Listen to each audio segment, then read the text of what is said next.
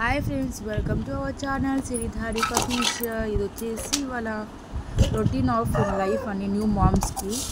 So morning లేచిన నుంచి బాబు లేసప్పటి నుంచి నైట్ అంతా 1:30 అలా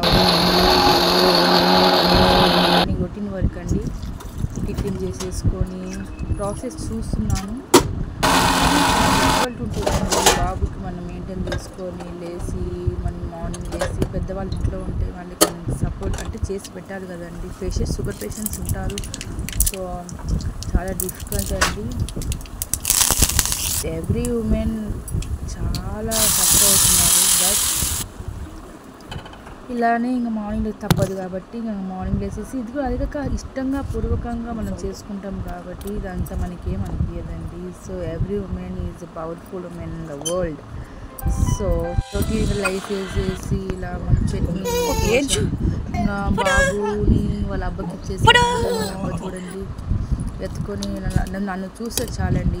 దగ్గరికి ఎప్పుడప్పుడు రావాలని చెప్పి ఏడుస్తూ ఉంటాడు. తను తిందని చెప్పి తన కోసం ఇడ్లీ కోసం అని వెళ్ళిపోతున్నాడు పాపం.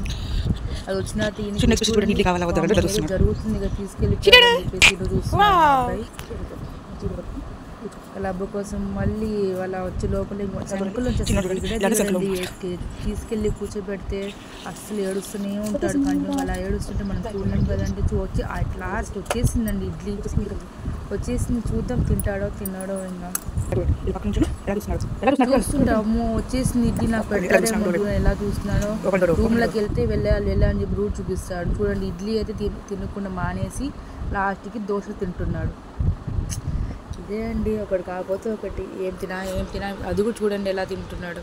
ఆ రోజే మీషో నుంచి కృష్ణుడి డ్రెస్ వచ్చిందండి. సో అది వేసాను, చూద్దాం ఎలా వచ్చిందో. బాగుంటే కామెంట్ చేయండి. మర్చిపోకండి please like and share, subscribe to our channel.